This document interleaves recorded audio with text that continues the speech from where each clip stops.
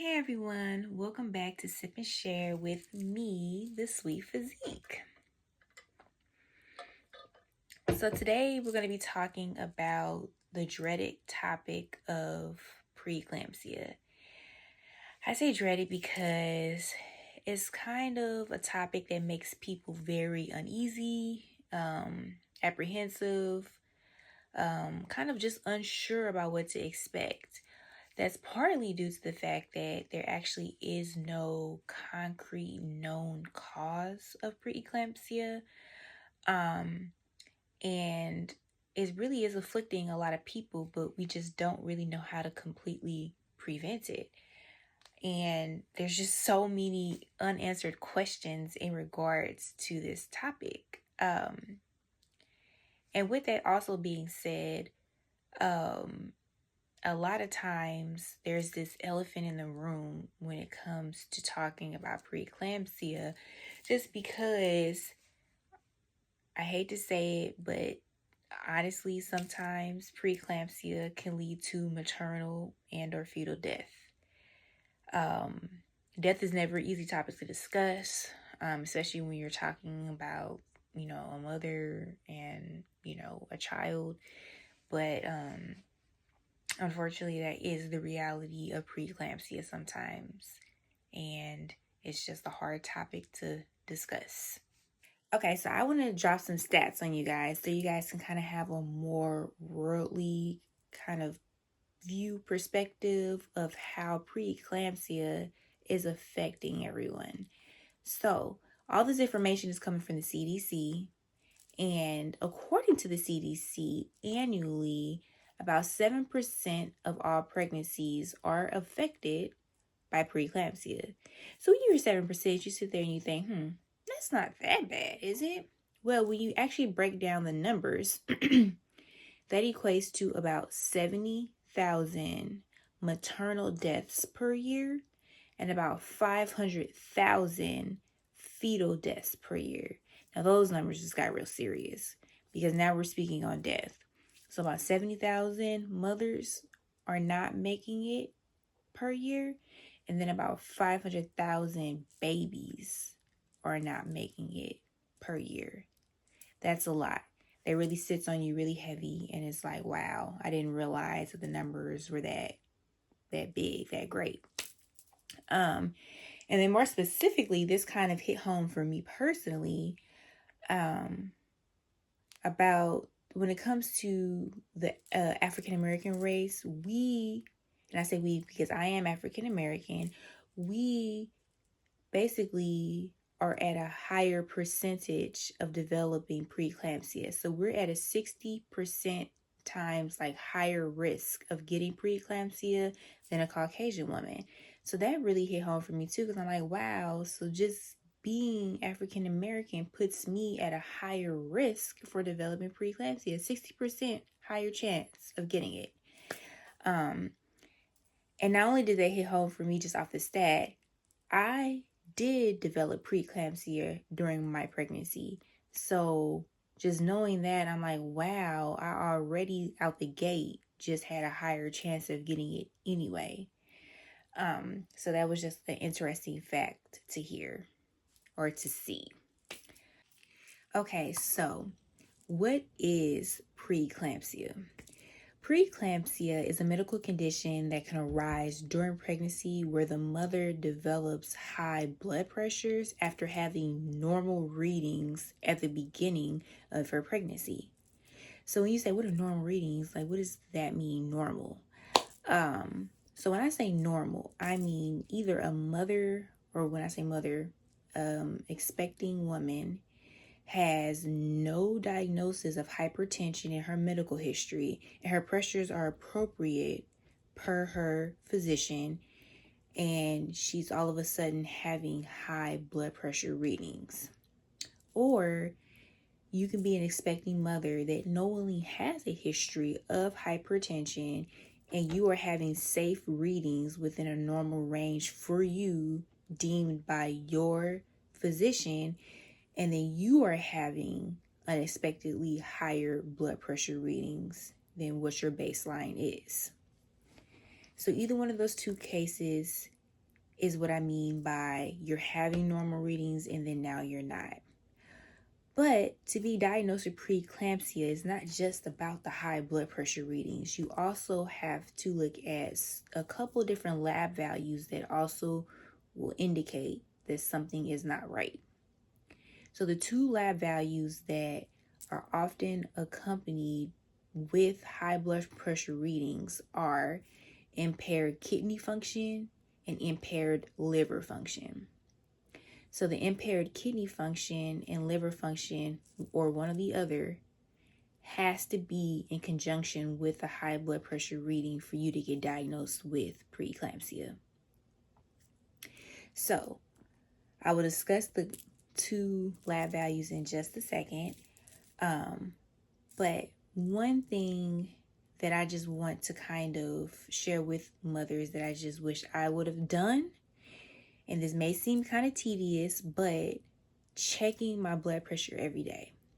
I say this because when you check it every day and you write it down and you keep a journal of how your blood pressures are going, dates and times along with it as well, you kind of get a blueprint of what your baseline is, what your norm is. And that way, when you get a reading, you can easily compare and be like, hey, this is really high compared to normal. I always suggest a retake because anything could be a fluke. But if you take it again within, 10 minutes and it's high still, you're having a high reading. And since you have all the data already logged, you can say, hey, this isn't normal. And then now maybe you need to call your physician or go get seen. Also, two things that you always want to make sure happens when you go for your doctor's visits is make sure they check your blood pressure. You're like, that sounds redundant. Why would they, do that? They need to check your blood pressure because why not? Checking the blood pressure is free, doesn't hurt anything. B, them checking their blood pressure lets you know that you're doing it correctly at home and that your machine is calibrated correctly and that your readings that you're getting at home is matching what the doctor's is getting. Because sometimes blood pressure cuffs can be a little off, and so we just want to know that what you're doing at home is actually accurate. C, if they're taking your blood pressure at the doctor's office and it's severely off from what you got at home, that can indicate a new onset of something going downhill. And also too, kind of what I was mentioning, if it's severely off, we may need to kind of either think about getting a new machine or kind of calibrating the machine that you have at home. Second thing that I want to make sure that the doctor office is doing for you when you go is getting your urine sample.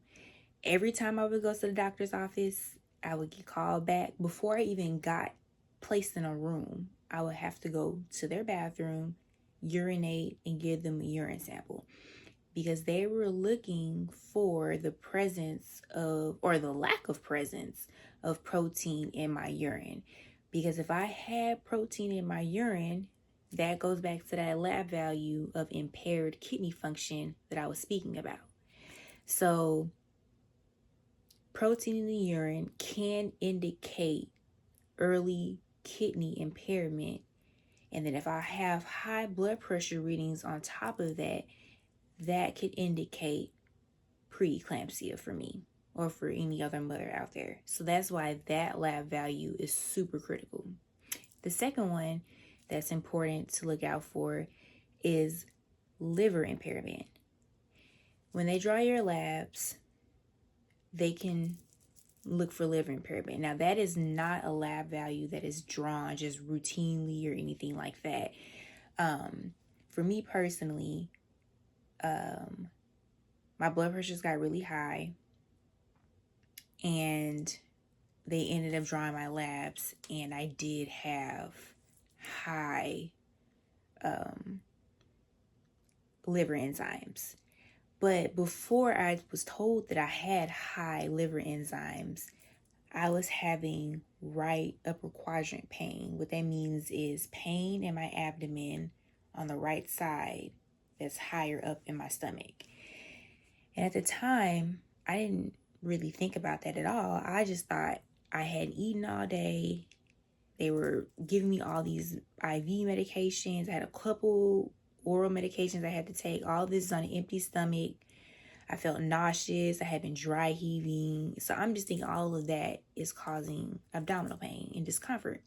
No, that's because my liver was not acting right.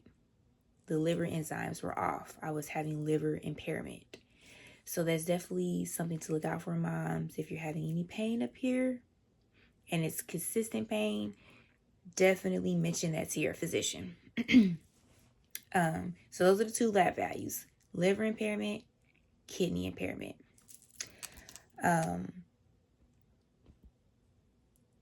I think one of the scariest parts of preeclampsia for me was the fact that sometimes, and a lot of times, it has no signs and symptoms. You're walking around, living your normal life, feeling just fine, and then you'll go to a doctor's appointment and boom, your blood pressure's through the roof, and you're like, but I felt fine.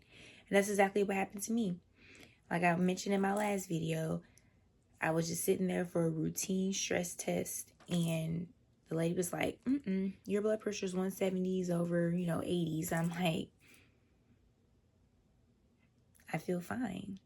You guys are scrambling around, running around like, yo, this is an emergency. And I'm like, but I don't feel anything. So definitely just keep an eye on your blood pressures and making sure that everything is on the up and up. While there is no concrete cause of preeclampsia, the one thing we do know is that in preeclampsia, our body, for some reason, is not working well with the placenta. It's almost like they are at odds with each other. Like the mother and her body is not accepting the placenta and what it needs to do and how it needs to be there in the body. I don't know why, but it's just kind of like oil and water. They're just not meshing well. And sometimes interventions such as oral medications, drips, anything else like that can bring the blood pressure down to a manageable level where they can work well enough together to allow the baby to keep developing within the body. However, if you've tried those interventions and your body is still not responding well to those interventions, you cannot hang out with a blood pressure that's through the roof, with kidney impairment through the roof, with liver impairment through the roof. Your body, as the mother, just cannot compensate and work and live and thrive with an internal environment like that. And since the only reason why all of that is happening is because your body is not working well with the placenta, as scary as this sounds, the only way to get you back to a healthy baseline is for your body not to even have to try to work with the placenta anymore. But obviously, no placenta means no more baby development in your body, which means the baby has to be delivered early. And as scary as that sounds, because that was me, that's just the reality of it. It's in order to be able to save you as the mother, to put the least amount of stress on your baby, sometimes the baby has to be born early. And that was the hardest thing for me to hear. Like me laying there and the doctor is telling me your body is not working well with the placenta, so the placenta has to go. I'm like, well, what about my baby? Like, how does that even work? And she's like, well, we got to take the baby. And I'm sitting there like, she's not fully developed, So that whole conversation is just crazy. Like the thought of something that your baby needs to fully develop is not meshing well with my body. that was hard to accept. But, you know, in order to save both of us and give us both the best potential outcome that there was, that was the sacrifice that had to be made. Preeclampsia itself can lead to other medical conditions that I would definitely hit on later. But two that I just kind of want to put on your radar that you may have heard about as well is eclampsia and HELP syndrome. So those are definitely two things that I would, put content out on later, because they are also important, also serious, also can be severe. But I hope that you found this preeclampsia video informational, interesting. You learned some things, and it kind of just put preeclampsia a little bit more at a perspective for you and on the map in your mind, so that if you are ever in that situation, or you have loved ones that are in that situation, you kind of know a little bit more what to look out for, and just kind of what path you need to go down in order to kind of look out for signs and symptoms. Love y'all.